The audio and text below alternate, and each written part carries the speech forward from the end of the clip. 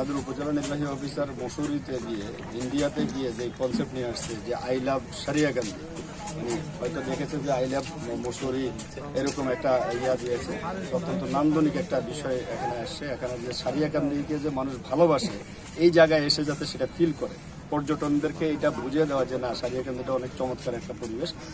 এই জন্য I love Sariakandi আজকে সৌন্দর্য বর্ধনের একটা পার্ট আমরা উদ্বোধন করলাম।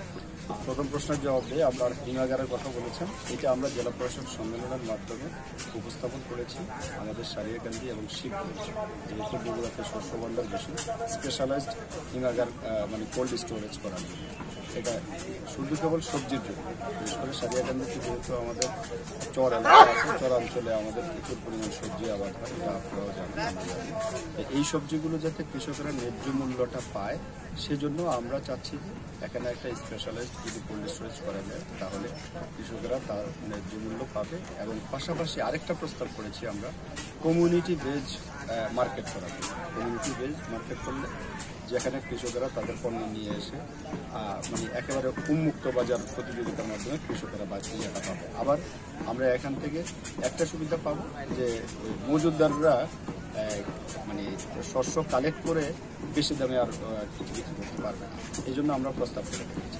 এটা একটা বিষয়। আরেকটা বিষয় হচ্ছে আপনি বলেছেন যে এদিকে যখন ইয়ার সাথে নাব্যতা শূন্য দেখা যায় এবং চরাঞ্চলের জনগণ চলতে পারে না, এটা সত্য। এবং এইটাকে ফিল করেই কিন্তু আমরা গতবারেই সাবমার্সিবল রোড করার জন্য আমরা কিন্তু প্রস্তাব করে রেখেছি।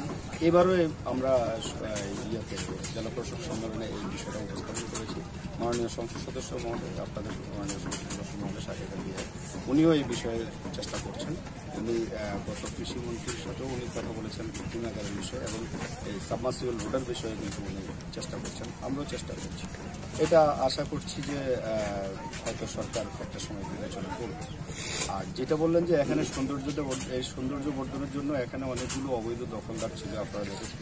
এটা পানি উন্নয়ন এসছেন, এখানে উপস্থিত আছেন আমাদের পৌরসভার মেয়র মহোদয় আছেন, উপজেলা নির্বাহী অফিসার আছেন। উপজেলা নির্বাহী অফিসার প্রায় আমাকে এই বিষয়টা উচ্ছেদ করার জন্য এখানে একটা সৌন্দর্য যাতে পর্যটকরা একটা কমফোর্ট জোন পায় সেই জন্য কিন্তু ওনারা চেষ্টা বারবারই আমাদেরকে তাগিদ দিয়েছেন।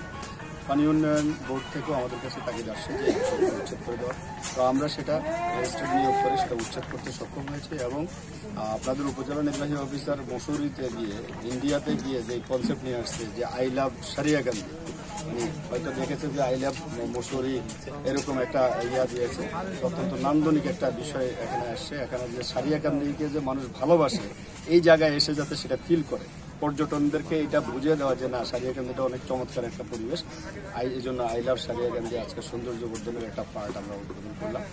আর ইতিমধ্যেই আমি আস্তে আস্তে উপজেলা নির্বাহী অফিসার বলছিলেন যে এটাকে পরিকল্পিতভাবে একটা পর্যটন নগরী করার জন্য, যা মানে একটা যাতে পর্যটকরা এখানে এসে মোটামুটি একটা ভালো ফিল করে, সেজন্য তারও কিন্তু চিন্তা ভাবনা আছে।